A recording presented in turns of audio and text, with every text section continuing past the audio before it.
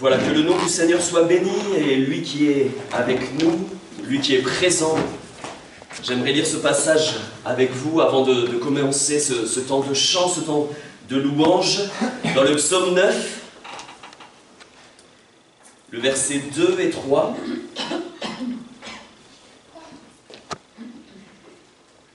Je louerai l'Éternel de tout mon cœur. Je raconterai toutes tes merveilles.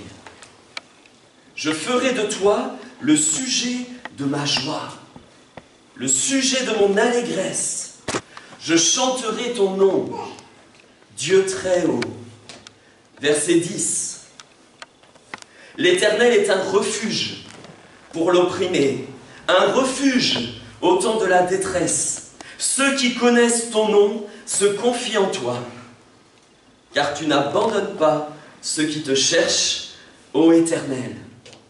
Chantez à l'Éternel, qui réside en Sion, publié parmi les peuples ses hauts faits. Amen. Et c'est ce que nous sommes venus faire ce matin. Chercher l'Éternel, le louer, publier ses bienfaits.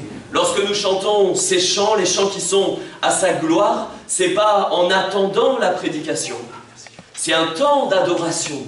C'est un temps où nos cœurs s'élèvent vers le Seigneur. C'est un temps où Dieu siège aussi au milieu des louanges de son peuple. C'est un temps où notre cœur se rapproche du Seigneur. Et ce matin, nous allons entrer dans ce temps d'adoration, les uns avec les autres.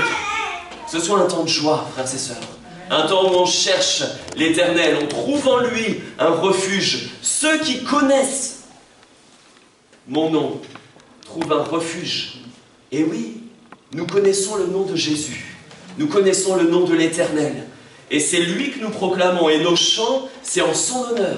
Alors que le nom de Dieu soit honoré, que le nom de Jésus soit honoré par nos chants, nos cantiques, notre temps d'adoration. Et puis bien sûr, par la parole. Que ce matin, ce soit en son honneur. C'est lui qui est présent au milieu de nous et ce culte, il est en son honneur. Amen. Que le nom de Jésus soit honoré. C'est notre frère Clément qui nous conduira dans ce temps de louange et d'adoration. Que Jésus soit honoré par nos cantiques, par nos chants, nos louanges, notre cœur. Alléluia. Alléluia. Que Dieu soit béni.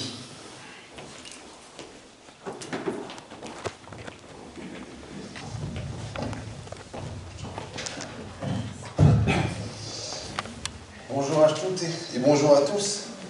Encore heureux ce matin de pouvoir se retrouver dans la présence de notre Seigneur Jésus-Christ. Encore heureux de pouvoir célébrer ses cantiques en son honneur, chanter les merveilles de son nom. Je vous propose de commencer avec moi par ce cantique qui nous dit qu'un chant s'élève encore dès le matin. Un chant s'élève, les yeux se tournent vers toi. Oui, se tournent vers toi. L'espoir renaît, les cœurs soupirent après toi. Hosanna, sois le bienvenu, ô Jésus, nous t'accueillons parmi nous. Amen.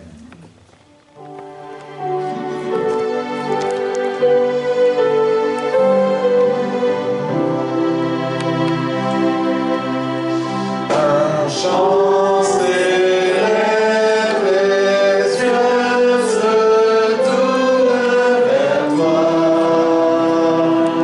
se tournent vers toi.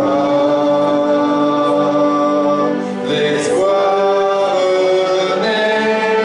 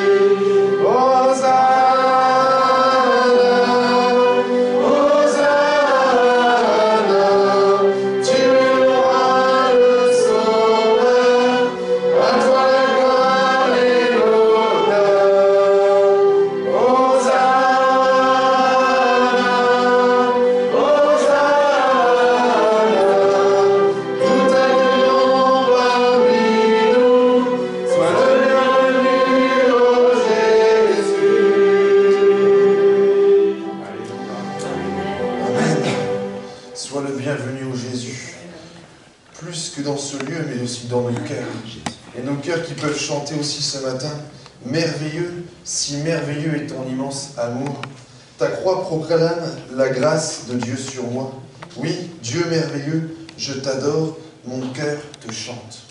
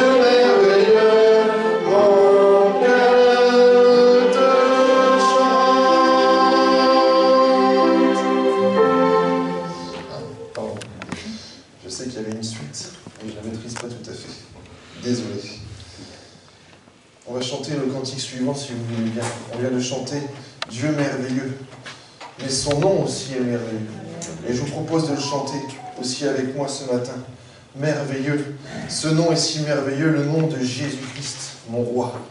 Sa beauté est sans pareil. Oh, ce nom est si merveilleux. Oui, la deuxième strophe nous dit, tu n'as pas voulu les cieux sans nous. Alors Jésus, tu es venu. Jésus-Christ, et c'est ce que nous sommes venus proclamer encore ce matin tous ensemble, a accepté de porter notre condition. Il a accepté de s'abaisser, lui qui était autrefois élevé, pour que nous puissions accéder au ciel comme lui, pour que nous puissions être sauvés. Chantons ensemble ce cantique, ce nom si merveilleux.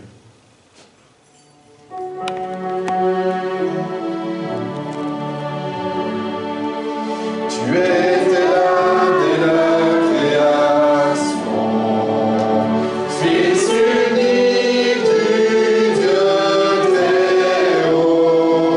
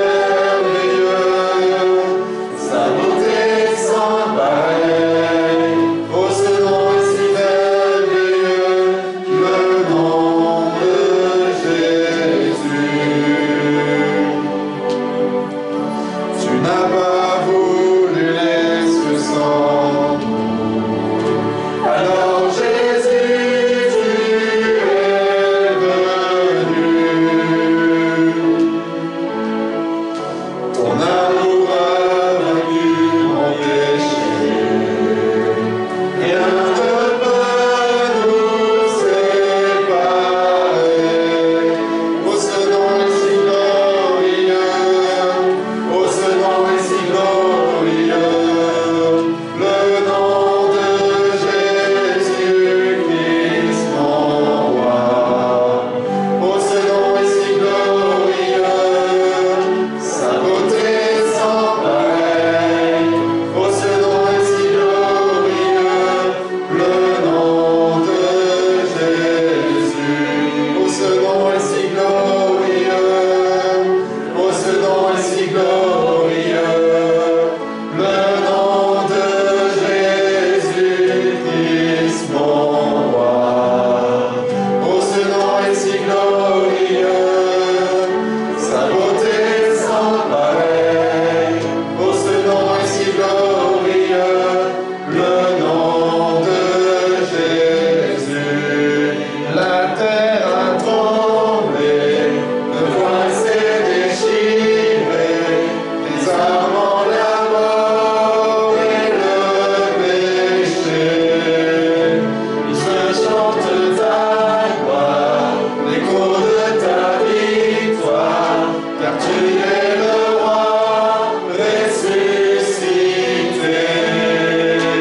Tu es sans rival, tu es sans égal, Dieu tu triomphes à tout jamais. À toi soit le règne, à toi soit la gloire, car ton nom surpasse tout autre nom. Oh, ce nom est victorieux, oh, ce nom est victorieux, le nom de Jésus-Christ, mon roi.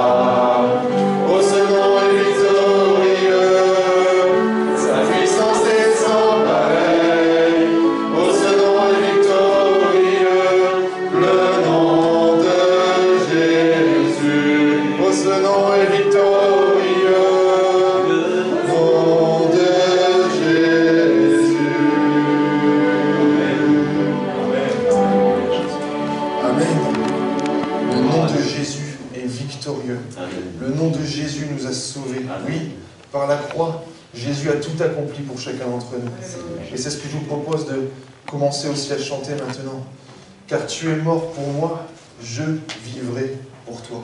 C'est la phrase que contient un cantique que l'on commence à connaître maintenant. Jésus, je te suivrai. Oui. Est-ce que tu peux afficher les paroles, Frédéric, s'il te plaît? J'ai pas sur celui-ci.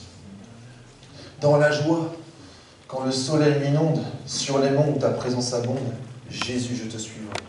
Mais aussi, comme le dit l'autre strophe, dans le doute, quand ma paix semble fondre, quand parfois les éléments peuvent sembler se déchaîner contre nous, Jésus, je te suivrai quand même.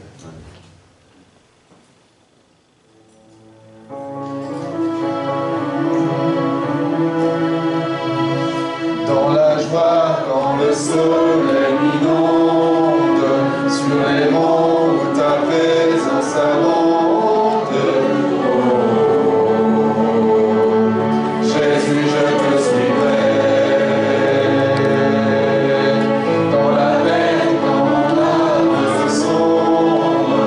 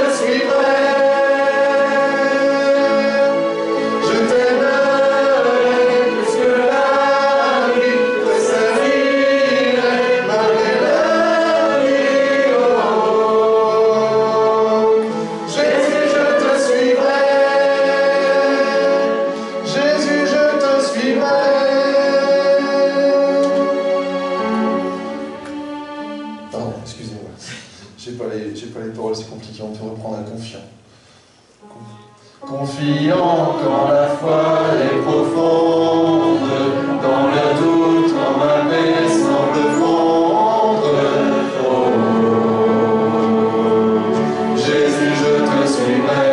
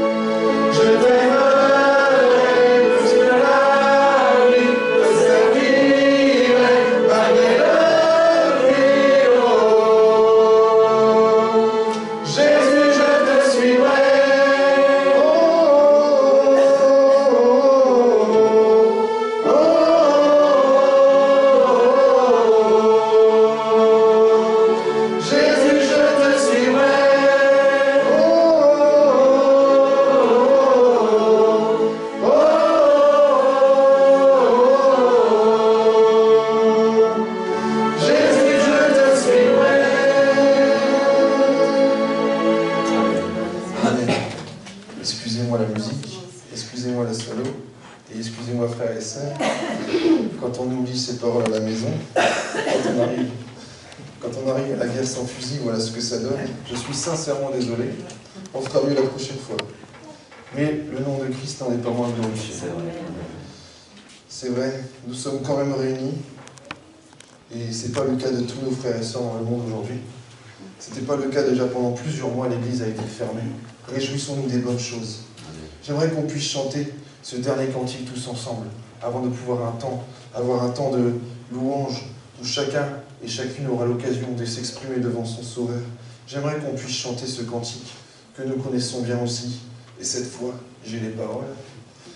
Ton sang parle beaucoup mieux que tous les 20 discours entendus sur la terre. Oui, comment être pardonné?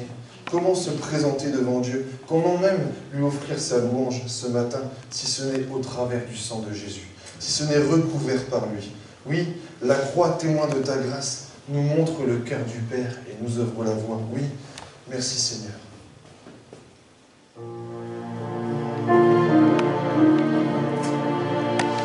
Ton sang parle beaucoup mieux que tous les discours entendus sur la terre.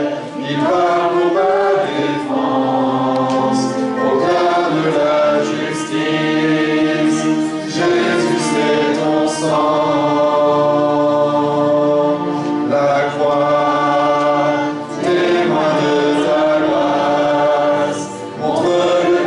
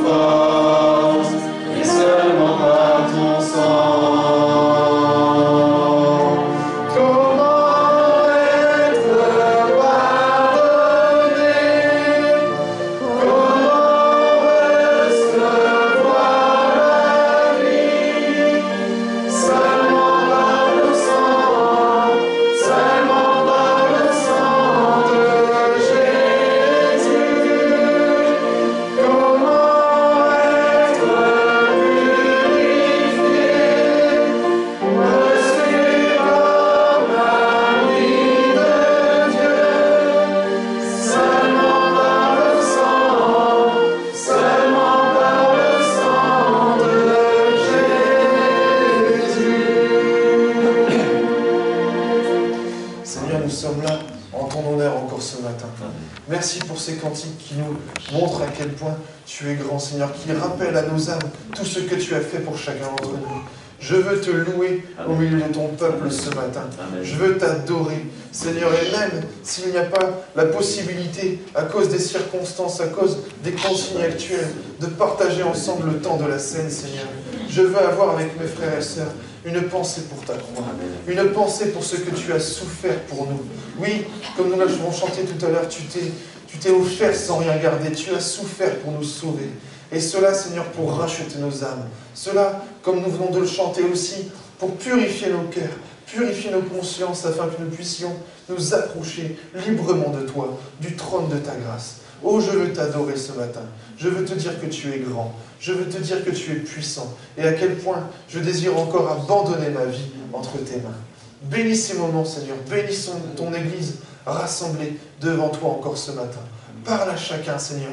Et une parole de grâce pour chacun, Seigneur. Je sais que tu l'as préparé, mais je te prie aussi, Seigneur mon Dieu, que tu puisses trouver en nous, Seigneur, des serviteurs et des servantes au cœur, Seigneur, prêts à recevoir cette parole que tu as préparée. Remplis ton serviteur de ton onction, de ton esprit, afin qu'il puisse nous l'annoncer aussi librement que possible, Seigneur, aussi librement que tu le souhaites, Seigneur. Je te présente tous ces moments entre tes mains. Merci pour ta grâce et merci pour ta miséricorde. Merci pour le pardon des péchés, encore ce matin, dans le nom puissant de Jésus-Christ. Amen. Amen. Je veux encore... Voilà, c'est le moment maintenant pour nous d'ouvrir la parole de Dieu ensemble.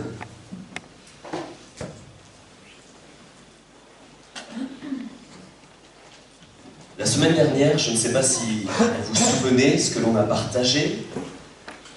On a partagé ce texte, d'ailleurs vous pourriez le prendre avec moi, dans 1 Corinthiens au chapitre 15 et au verset 58, s'il vous plaît. 1 Corinthiens chapitre 15, verset 58.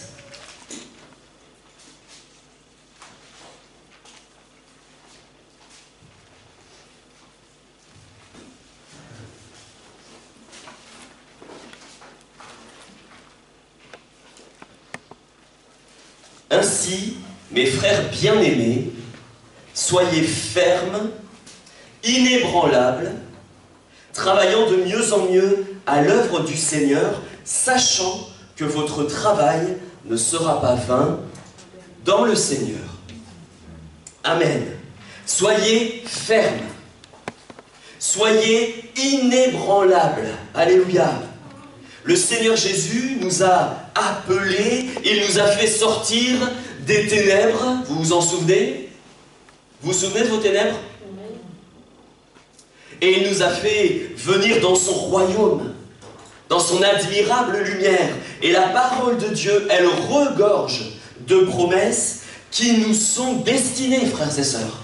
À nous qui appartenons à Christ, la parole de Dieu regorge de promesses. Des promesses pour les enfants de Dieu.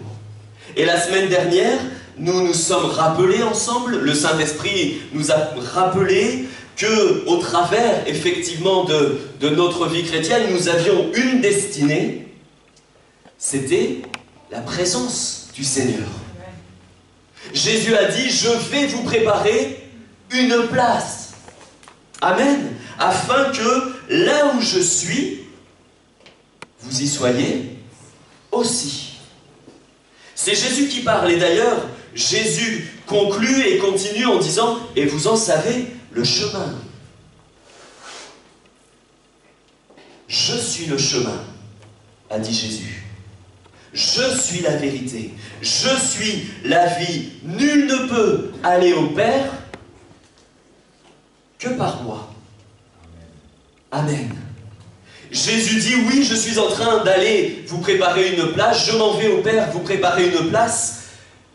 Croyez en Dieu, croyez en moi, parce que je suis en train de vous préparer une place, et vous connaissez le chemin pour accéder à Dieu le Père. C'est moi, a dit Jésus, je suis le chemin. Personne ne pourra aller à Dieu si ce n'est en passant par Jésus. Et oui, l'une des promesses de la parole de Dieu, c'est que nous serons avec lui, avec Christ, pour l'éternité. Notre corps mortel deviendra immortel. Notre corps corruptible deviendra incorruptible. En un clin d'œil, nous serons changés. En un clin d'œil, nous serons transformés à la ressemblance de Christ. Et nous irons sur les nuées, le rejoindre. Alléluia! Amen! Ça doit réjouir notre cœur, frères et sœurs. Et peut-être que pour certains, ça fait des décennies et des décennies que vous êtes chrétiens, enfants de Dieu, mais ça doit vous faire le même effet que la toute première fois où vous l'avez proclamé. Un jour, Jésus, mes yeux te verront face à face. Ça ne peut pas nous laisser indifférents. Ça ne peut pas nous laisser de marbre. Ça doit toujours réjouir le peuple de Dieu, puisque c'est notre espérance, frères et sœurs. Je ne vais pas redire tout ce qu'on a partagé la semaine dernière.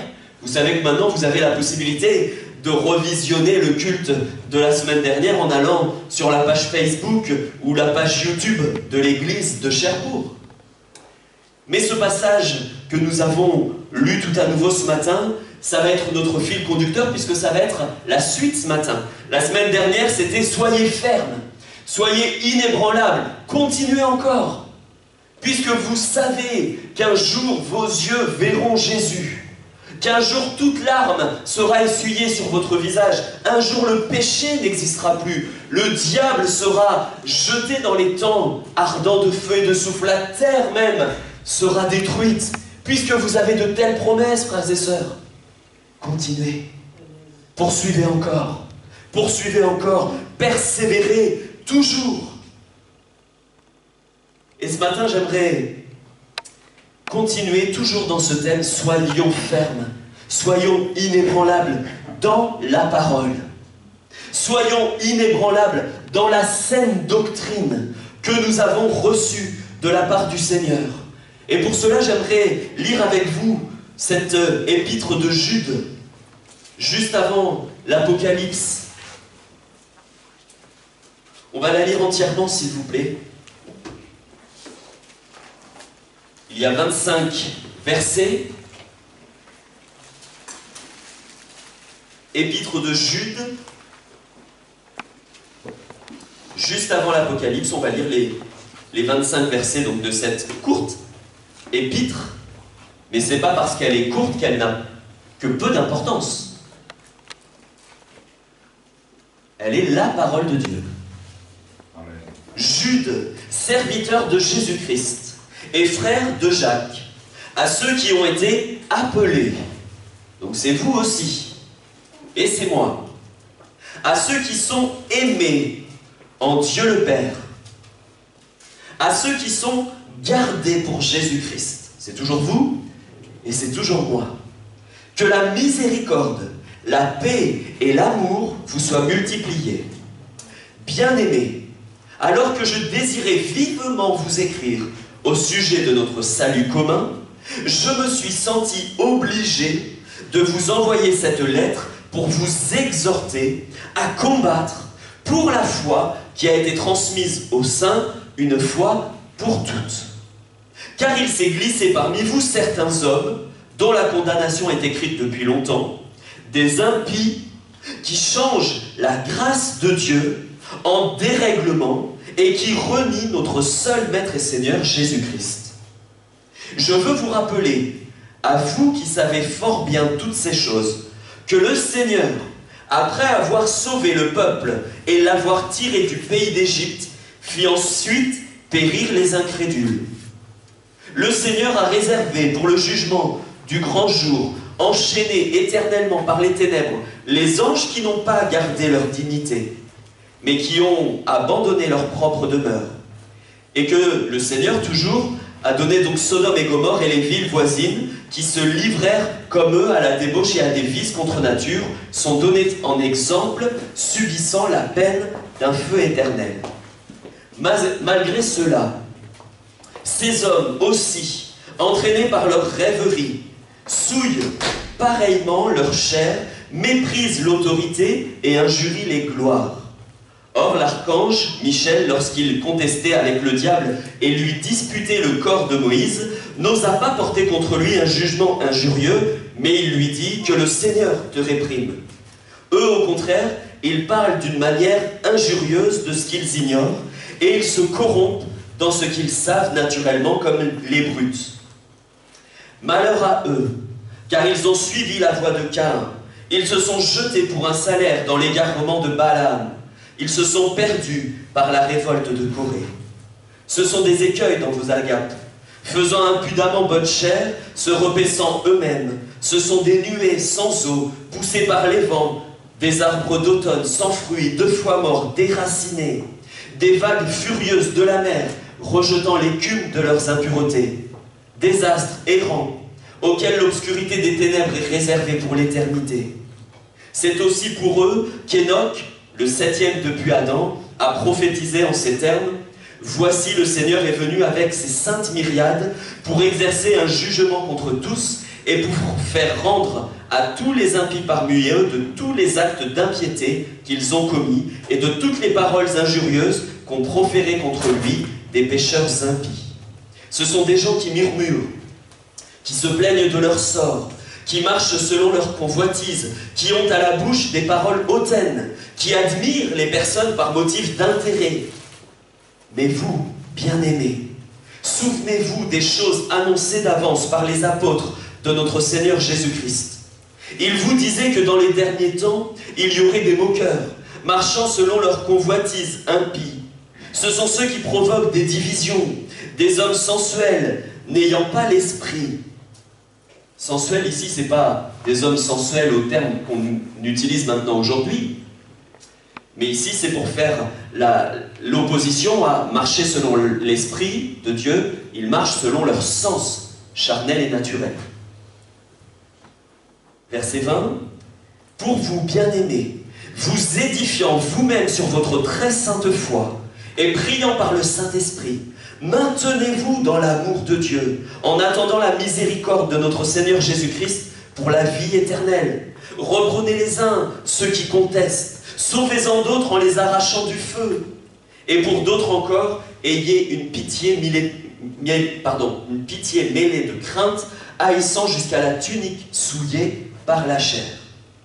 Or, à celui qui peut vous préserver de toute chute et vous faire paraître devant sa gloire, irréprochable et dans l'allégresse, à Dieu seul, notre Seigneur, par Jésus-Christ, Seigneur soit gloire, majesté, force et puissance, dès avant tous les temps, et maintenant, et dans tous les siècles. Amen. Amen. Il y aurait énormément de choses à dire sur cette courte épître. Mais ce matin, on va se concentrer sur le thème général de cette épître, c'est-à-dire, frères et sœurs, soyons fermes, soyons inébranlables dans la parole de Dieu. Nous avons reçu la saine doctrine, vous le savez, et il nous faut absolument, comme le dit Jude, combattre pour la foi qui nous a été transmise une fois pour toutes. Au travers de la parole, Dieu a parlé. Et aujourd'hui, Dieu ne reniera pas sa parole. Il ne la reniera pas. Et la lettre de Jude est en train de nous mettre en garde, frères et sœurs, contre les faux docteurs et leurs faux enseignements, des enseignements impies. Oui, nous devons veiller. Oui, nous devons être sur nos gardes. Nous ne devons pas accepter tout et n'importe quoi. Nous devons garder les enseignements fidèles de la saine doctrine du Seigneur Jésus. Nous ne devons pas nous laisser troubler par certains qui vivent dans le dérèglement et qui voudraient nous entraîner à leur suite. Mais lorsqu'on regarde le fruit, lorsqu'on regarde la parole de Dieu et qu'on compare, on se rend vite compte que ça ne colle pas, que ce n'est pas inspiré de la parole de Dieu. Certains vont essayer de tordre les Écritures pour aller à leur avantage, comme si Dieu pouvait changer sa parole. Nous devons garder, frères et sœurs, fidèlement ce que le Seigneur nous a donné, sachant que nous l'avons reçu de lui. Nous avons le salut par la foi en Jésus. Amen. Nous avons le salut uniquement par la foi. Et nous ne devons jamais nous laisser séduire par autre chose. Nous ne devons jamais, même au fur et à mesure du temps, nous laisser séduire comme si finalement nous étions quelque chose d'important et que nous étions meilleurs que les autres et que notre cœur commence à s'enorgueillir. Nous ne devons jamais oublier que même le pardon est une grâce de Dieu. C'est pas par nos mérites, c'est pas par nos œuvres, c'est pas par notre argent qu'on pourra obtenir le pardon de Dieu. Vous êtes d'accord avec cela? Alors dans notre façon de vivre, dans notre façon de nous comporter avec Dieu, il faut absolument que ça reste la règle.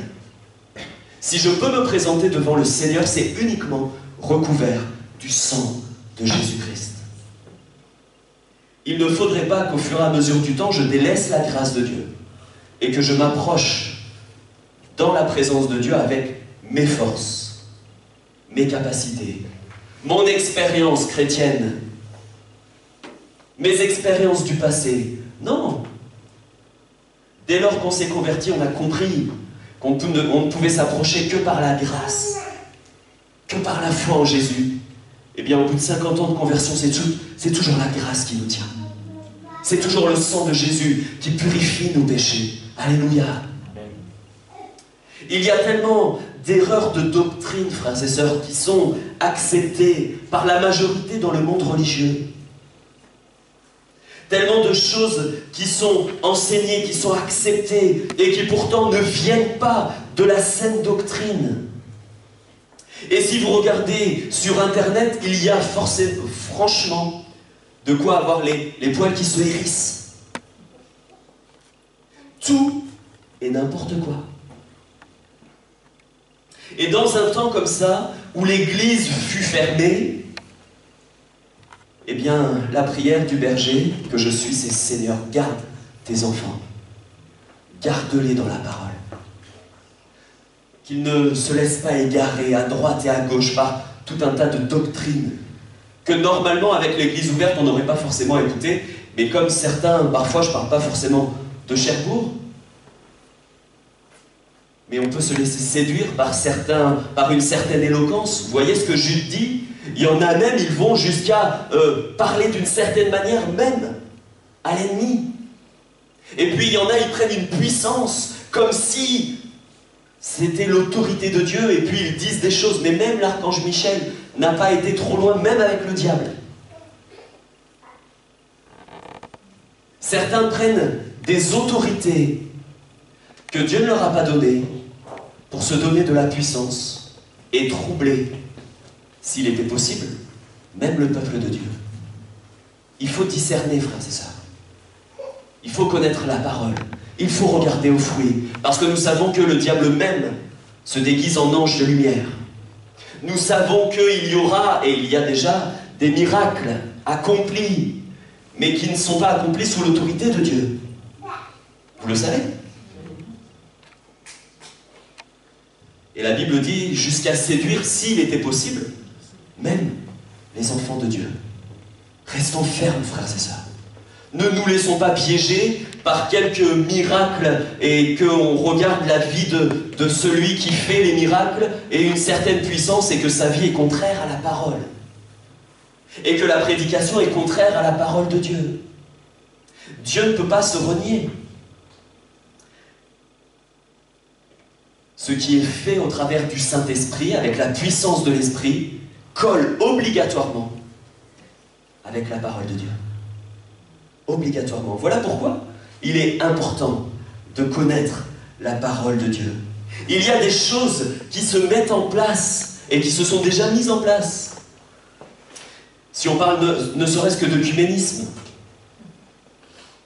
des choses se mettent en place dans le secret, ou maintenant c'est même plus secret. Vous savez que déjà il y a eu l'œcuménisme chrétien, où il y a maintenant plusieurs années en arrière, un petit peu avant les années 2000, où les catholiques ont signé un pacte avec les protestants.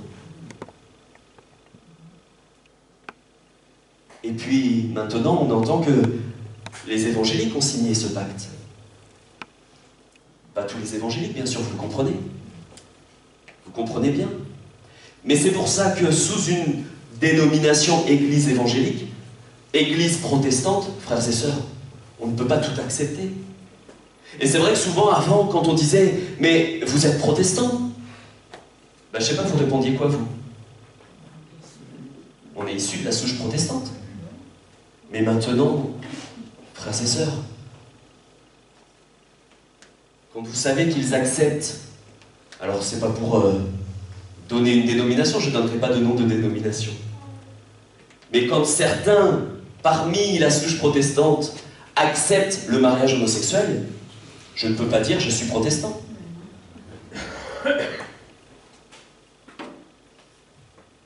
Ne nous laissons pas séduire, frères et sœurs, par des choses même qui paraissent spirituelles. Parce que quand il y a le pacte signé, vous savez que l'œcuménisme, mais aussi il y a l'œcuménisme maintenant avec les autres religions, où l'islam va signer, etc., pour que finalement, il y ait un pacte mondial dont la tête est à Rome, hein, au Vatican.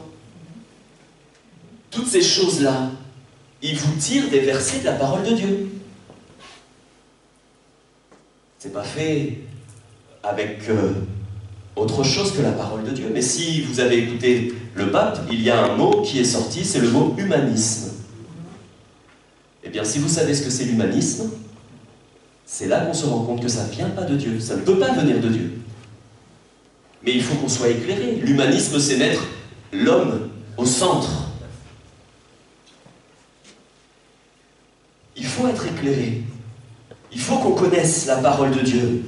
Vous savez, quand Jésus, dans Jean 17, prie pour l'unité des chrétiens, il ne prie pas pour qu'on fasse des pactes avec ceux qui ont tout et n'importe quoi comme doctrine. Hein. Et on ne peut pas avoir une unité spirituelle avec quelqu'un qui va prier les morts, les saints, ou un autre Dieu. C'est pas possible. C'est l'Esprit qui nous unit. Et l'Esprit va pouvoir unir que ceux et celles qui appartiennent à Christ. Puisque Christ, il glorifie qui? Jésus, il a dit, le Saint-Esprit, il glorifie qui? Il glorifie Christ. C'est Jésus qui l'a dit. Il me glorifiera. Par conséquent, cette unité fabriquée charnellement, qui ne glorifie pas le Christ, c'est pas de Dieu. C'est pas de Dieu. Donc faisons attention, frères et sœurs, à ce que nous ne soyons pas séduits par certains discours brodés avec des versets tirés de la parole de Dieu à droite et à gauche et qui pourtant n'appartiennent pas au cœur même de Dieu. Le véritable enfant de Dieu que nous sommes, il doit rester ferme. Il doit rester inébranlable dans le fondement que nous avons reçu de la parole de Dieu, de Jésus-Christ. Et même si autour de lui, ça se souille. Et même si autour de lui, ça accepte des choses que Dieu n'approuve pas. Déjà Jude, au 1er siècle, mettait en garde les chrétiens contre les faux docteurs qui tordaient les Écritures et qui enseignaient des choses contraires à la parole. Il disait, faites attention, mes frères, mes sœurs, le Seigneur nous met en garde aujourd'hui pour dire, mais croyez-moi, encore aujourd'hui en 2020, le Seigneur nous alerte encore plus. Restez sur vos gardes, que personne ne vous séduise. Ça veut bien dire qu'il y a eu, qu'il y a encore aujourd'hui et qu'il y aura demain des séducteurs qui essaieront de nous détourner, frères et sœurs, de te détourner de la saine doctrine de Dieu. Soyons vigilants. Soyons vigilants. Soyons des connaisseurs de la Bible qui seront capables, avec l'aide du Saint-Esprit, de rejeter ce qui est faux. Du temps des apôtres, certains enseignaient que la foi était dans le cœur du chrétien, et que par conséquent, on pouvait vivre avec le corps comme on voulait. À partir du moment où l'âme et l'esprit étaient éternels, mais que le corps était mortel, eh bien on pouvait faire ce qu'on voulait avec notre corps, vivre dans la souillure, vivre dans la débauche, vivre dans les orgies. C'est pas grave, du moment où vous avez la foi dans votre cœur, c'était à ce temps-là. Et pourtant, ce n'est pas du tout ce qu'enseigne la parole de Dieu. Et c'est pourquoi l'apôtre Paul, mais aussi là, Jude dit, mais faites attention, gardez la foi. Gardez la foi que vous avez reçue. Ne vous laissez pas entraîner par ceux qui vous enseignent autre chose. Frères et sœurs, certains pouvaient se laisser séduire par un évangile plus facile à vivre, mais qui n'est pas l'évangile de Christ. Mais encore aujourd'hui, en 2020, nous devons rester fermes et inébranlables parce qu'il y a des séductions de tout genre. Certains vont enseigner qu'il n'est pas nécessaire de se marier, puisque devant Dieu, à partir du moment où l'homme connaît la femme, eh bien ils sont unis. Mais c'est pas la parole de Dieu, ça. Lisez la Bible et vous découvrirez ou redécouvrirez que le mariage, c'est une institution de Dieu. Le mariage, ça vient du cœur de Dieu, frères et sœurs. Et d'ailleurs, il y a écrit aussi que le mariage soit honoré de tous et le lit conjugal exempt de toute souillure. Certains enseignent qu'il n'est pas nécessaire de travailler. J'ai pas besoin. Et effectivement, aujourd'hui, avec toutes les aides sociales, on pourrait vivre sans travailler, mais rappelons-nous quand même, vous le lisez dès Genèse 3,19, c'est à la sueur de ton visage, a dit Dieu. C'est Dieu qui parle. C'est à la sueur de ton visage que tu mangeras du pain jusqu'à ce que tu retournes dans la terre d'où tu as été pris. C'est pas un pasteur qui parle, c'est Dieu. Frère, vous qui êtes chef de famille, il faut travailler. Parce que c'est voulu de Dieu, c'est ce qu'il a voulu. Alors on sait qu'il y a eu la chute avant, mais c'est ce que Dieu a dit à l'homme. Et puis on pourra lire, s'il vous plaît, dans 2 Thessaloniciens au chapitre 3,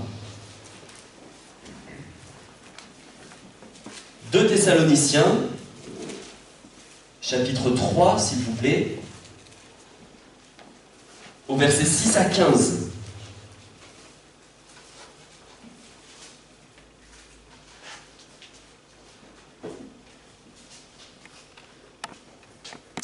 Nous vous recommandons, frères, au nom de notre Seigneur Jésus-Christ, de vous éloigner de tout frère qui vit dans le désordre, et non selon les instructions que vous avez reçues de nous.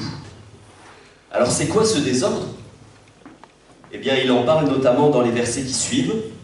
Vous savez vous-même comment il faut nous imiter, car nous n'avons pas vécu parmi vous dans le désordre. Nous n'avons mangé gratuitement le pain de personne, mais dans le travail et dans la peine, nous avons été nuit et jour à l'œuvre pour n'être à la charge d'aucun de vous. Ce n'est pas que nous n'en ayons le droit, mais nous avons voulu vous donner en nous-mêmes un modèle à imiter. Car lorsque nous étions chez vous, nous vous disions expressément, si quelqu'un ne veut pas travailler, qu'il ne mange pas non plus. Nous apprenons, cependant, qu'il y en a parmi vous quelques-uns qui vivent dans le désordre. Pour Paul, inspiré du Saint-Esprit, ne pas vouloir travailler, c'est du désordre. Ça ne fait pas partie de l'ordre établi par Dieu. Alors il y a une différence entre ne pas trouver du travail, mais chercher activement du travail, et ne pas vouloir travailler, et même tirer ou dire au nom de Dieu tout et plein de choses. Mais Dieu ne peut pas se renier. Si la parole de Dieu dit qu'il faut travailler, Dieu ne va pas dire à quelqu'un « je ne veux pas que tu travailles ».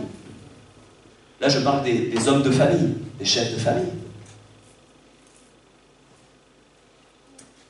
Verset 11. Donc nous apprenons qu'il y en a qui vivent dans le désordre, qui ne travaillent pas, mais qui s'occupent de futilité. Nous invitons ces gens-là et nous les exhortons par le Seigneur Jésus-Christ. C'est fort. À manger leur propre pain en travaillant paisiblement. Pour vous, frères, ne vous lassez pas de faire le bien. Et si quelqu'un n'obéit pas à ce que nous disons par cette lettre, donc il est encore question, si quelqu'un ne veut pas travailler, et malgré cette exhortation continue et persévère encore à ne pas vouloir travailler, eh bien, Paul dit, notez-le, n'ayez point de relation avec lui afin qu'il éprouve de la honte, ne le regardez pas comme un ennemi, mais avertissez-le comme un frère. C'est la parole. Hein. Si ça avait été signé pasteur Nicolas Tessier, vous auriez dit, voilà, il est sévère. C'est la parole de Dieu. 1 Thessaloniciens 4, versets 9 à 12.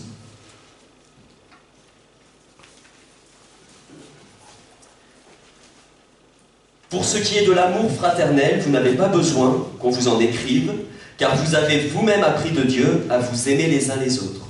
Et c'est aussi ce que vous faites envers tous les frères dans la Macédoine entière. Mais nous vous exhortons, frères, à abonder toujours plus dans cet amour, et à mettre votre honneur, à vivre tranquille, à vous occuper de vos propres affaires, et à travailler de vos mains, comme nous vous l'avons recommandé, en sorte que vous vous conduisiez honnêtement envers ceux du dehors, et que vous n'ayez besoin de personne. Signé la parole de Dieu. Ça, c'est le cœur de Dieu. Dieu n'approuve pas la stérilité. Dieu n'approuve pas la paresse. Dieu n'approuvera jamais l'assistanat. Merci Seigneur pour le pays dans lequel nous sommes, avec les aides sociales. Merci Seigneur. Mais malgré les aides sociales, je pense que la volonté de Dieu, et c'est biblique, hein, c'est pas une idée personnelle, veut que le chef de famille puisse s'occuper de sa famille, puisse en prendre soin. Et que ce soit un témoignage. Vous savez, la Bible veille à ce que dans tous les domaines de notre vie, nous soyons un bon témoignage pour l'extérieur. Dans tous les domaines. Et bien là, je crois que même au niveau du travail, le fait de vouloir travailler, de travailler pour un chef de famille, c'est un bon témoignage pour ceux du dehors. Et à contrario, ne pas vouloir travailler, rester accroché, et cet assistanat et cette paresse, c'est un mauvais témoignage pour ceux du dehors. Mais certains vous diront, et certains vous enseigneront, que Dieu leur a dit que, ou que pendant leur temps personnel avec le Seigneur, l'Éternel leur a révélé que il ne fallait pas. Dieu peut-il révéler quelque chose de contraire à sa parole? Dieu peut très bien montrer qu'il y a un temps là où l'homme ne travaille pas parce qu'il a besoin de retrouver du travail, et pendant cette période-là, Dieu va l'utiliser. C'est déjà arrivé plein de fois. Je ne citerai pas des noms, mais il y a des fois où il y a des frères, même au milieu de notre assemblée, qui ont connu un mois de chômage, et ça a été une bénédiction pour l'Église. Parce que pendant ce temps-là, ils ont pu faire ceci, cela, mais ils étaient toujours en train de chercher du travail. Vous comprenez ce que je veux dire? Dieu ne peut pas dire « je ne veux pas que tu travailles, reste accroché aux aides sociales » et puis non. Le Seigneur, c'est la parole. C'est la parole de Dieu. Frères et sœurs, ça pourrait paraître anodin, mais là, l'apôtre, il parle d'ordre et de désordre. C'est pas anodin. Que personne ne vous séduise, frères et sœurs. Parce que parfois, on va vous dire « Dieu m'a montré, Dieu m'a révélé, Dieu a dit que... » Ne nous laissons pas séduire par tous les « Dieu m'a dit », mais sondons les Écritures. Parce que seule l'Écriture est la vérité. Certains enseignent que ce n'est pas la peine de venir à l'église. Là, ce matin, je vous donne que 3 exemples, mais vous savez, il y en a plein d'autres. Hein. Certains enseignent qu'il ne faut pas, que ce n'est pas la peine de venir à l'église, qu'on peut vivre sa foi tout seul, à la maison. Frères et sœurs, c'est tentant de rester à la maison. Et puis on a tous des caractères différents. Il y en a, ils sont un petit peu plus, comment on dit, réservés, casaniers, timides. Alors c'est facile de rester à la maison. Mais vous connaissez la Bible comme moi? Oui? Et vous savez comme moi que l'Église, ce n'est pas une institution humaine. L'Église, ce n'est pas l'institution des Assemblées de Dieu de France. L'Église, ce n'est pas l'institution du pasteur Nicolas. L'Église, c'est une institution divine. C'est Dieu, c'est le Seigneur lui-même qui bâtit l'Église. Amen. Et vous savez comme moi que ce créateur, le créateur de l'Église, c'est Dieu, et ce que Dieu crée, c'est bon. C'est bon. Souvenez-vous, lorsqu'il a créé les cieux et la terre, ce que Dieu fit, il a vu la lumière, etc. Et Dieu a trouvé que c'était bon. Vous savez que le mot Église, en grec, puisque le Nouveau Testament a été écrit en grec, c'est ecclésia. Et ce mot-là, ecclésia, ça désigne l'assemblée des enfants de Dieu. Et même avant l'Église, ce mot en grec était déjà utilisé, le mot ecclésia. Ce n'est pas un nouveau mot qui a été inventé. Ce mot ecclésia, il était déjà connu, notamment dans la Grèce antique, pour désigner l'assemblée, non pas des chrétiens, l'assemblée des citoyens, notamment de la cité Athènes. Et les citoyens d'Athènes, notamment, se rassemblaient plusieurs fois par an pour former une assemblée, donc une ecclésia, pour gérer les affaires de la cité, pour voter les lois, pour mettre en place des personnes à tel ou tel poste dans la cité, etc. Donc la pensée biblique, puisqu'elle a été quand même écrite en grec, le Nouveau Testament, il a été écrit en grec, la pensée biblique, le mot ecclésia, c'est le rassemblement des saints. Chacun habite dans sa maison, comme les Athéniens, et à un moment donné, il y a un rassemblement, et ils sortent de chez eux, et ils forment une assemblée, une ecclésia.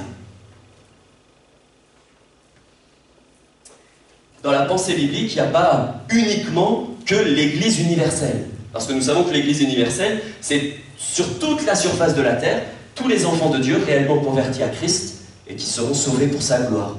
Vous en faites partie, moi aussi. Mais quand on lit les épîtres, quand on lit le Nouveau Testament, on voit bien qu'il a fallu, tout de suite, les enfants de Dieu ont voulu se rassembler. Et oui, le Saint-Esprit les a poussés à se rassembler, et oui. Le Saint-Esprit ne va pas faire quelque chose de contraire au cœur de Dieu, puisque le Saint-Esprit est Dieu. Et tout de suite, ils se sont rassemblés, et au fur et à mesure des voyages missionnaires, au fur et à mesure que l'Évangile a grandi, eh bien, il a fallu ouvrir d'autres églises locales, parce que les kilomètres faisaient que c'était impossible de se rassembler. Mais comme ils avaient dans le cœur le rassemblement des chrétiens, eh bien, qu'ils soient ici ou qu'ils soient là, à Rome ou à Jérusalem, eh bien, il y a eu des rassemblements de chrétiens. C'est tentant de rester à la maison, mais ce n'est pas le cœur de Dieu. Qui suis-je pour réinventer les plans de Dieu sur son Église? Qui suis-je pour dire, écoute Seigneur, finalement ça m'arrangerait de vivre l'Église à la maison? Dieu n'est-il pas le maître pensant de toutes choses? Dieu n'est-il pas le souverain dans nos vies? Peut-être que parfois ça nous bouscule de devoir sortir de la maison et nous rassembler. On préférerait écouter la prédication sur le canapé et éviter de se frictionner parfois. Mais le Seigneur l'a voulu ainsi. Et moi je crois que c'est bon. C'est bon. Parce que vous savez, même quand on se frictionne, ça forge notre caractère. Et au travers des uns et des autres, Dieu me forme. Parfois on veut tout éviter et tout fermer, claquer la porte et rester chez soi, alors qu'en fait Dieu il nous façonne dans son Église. Il nous façonne.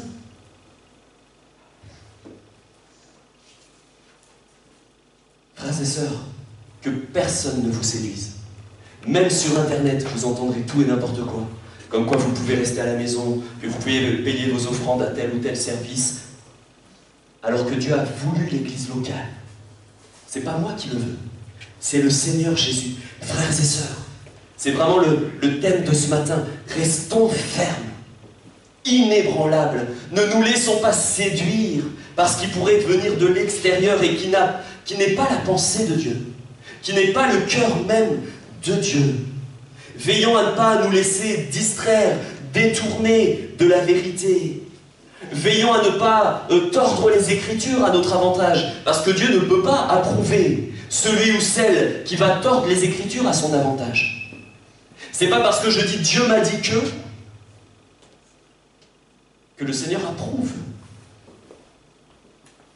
Si ce n'est pas biblique.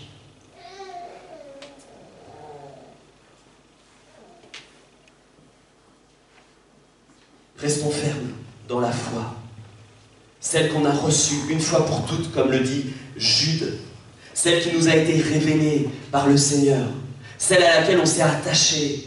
Les temps changent, c'est vrai, et les anciens peuvent le dire. Quand ils regardent en arrière, beaucoup de choses ont changé. La forme, parfois, peut changer. Les chants peuvent changer. De nouveaux musiciens peuvent se lever. Mais il ne faut pas que le cœur de la parole soit modifié. Il ne faut pas que la mission de l'Église soit modifiée. Il ne faut pas que la parole qui est prêchée soit modifiée. Il faut qu'on veille, frères et sœurs, à ne pas nous laisser séduire par n'importe quoi.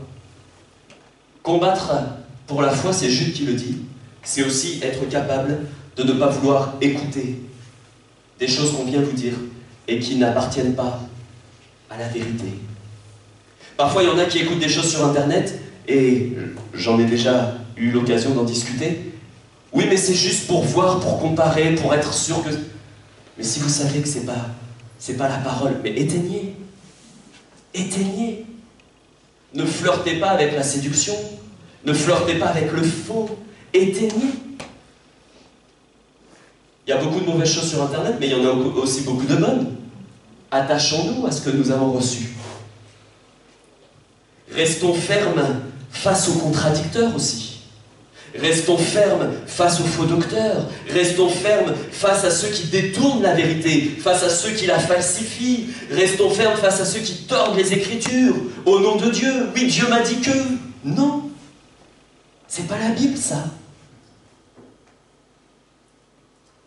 Et ne cherchons pas à leur ressembler, parce que Dieu ne les approuve pas. Vous avez lu avec moi l'épître de Jude. Dieu n'approuve pas de tels hommes, de telles femmes qui ont un mauvais témoignage et qui s'excusent en tirant quelques passages par-ci par-là et en tordant les Écritures. Dieu ne peut pas approuver un tel comportement. Restons fermes, frères et sœurs. Soyons inébranlables. Amen. On prie ensemble, vous voulez bien? Seigneur, nous avons besoin de ta grâce. Nous avons besoin de toute l'assistance de ton Saint-Esprit pour toujours rester dans la ligne de conduite, sur le chemin que nous avons commencé à suivre. C'est toi le chemin, Jésus. Et nous ne voulons pas nous détourner ni à droite, ni à gauche. Et même parfois, quand c'est tentant de pouvoir faire ce que mon cœur veut. Mais si ce n'est pas ton cœur à toi, Seigneur, je veux me soumettre. Je veux me soumettre à ta parole. Je veux me soumettre à ton esprit. Et je veux garder ce que j'ai reçu. Oui, cette saine doctrine que le Saint-Esprit a révélée à mon cœur. Seigneur, je veux le garder fidèlement. Et c'est ça que je veux enseigner à mes enfants. Que je sois un bon témoignage. Que je sois un modèle, Seigneur, pour mon voisinage, pour ma famille, pour les collègues de travail. Oui, que je sois un bon exemple de chrétien. Et que je ne sois pas, Seigneur, un mauvais témoignage en faisant telle ou telle chose que toi-même tu n'approuves pas. Garde-nous de toute séduction, Seigneur. Que nous soyons, oui, fermes et inébranlables dans notre cœur, poursuivant toujours la route, sans se détourner ni à droite ni à gauche de ce que tu nous as laissé. Que l'Église garde toujours la même mission, le même cœur pour la parole, pour la prière, pour la Bible. Oui, tu es bon, Seigneur. Et nous voulons te ressembler, coûte que coûte. Alors à toi revienne la gloire. Bénis mes frères, Aide-les, Seigneur, et si certains se laissent séduire, ramène-les, Jésus, par ton esprit qui convainc. Tu es le seul qui puisse convaincre un cœur. Alors que ta gloire soit manifeste. Amen.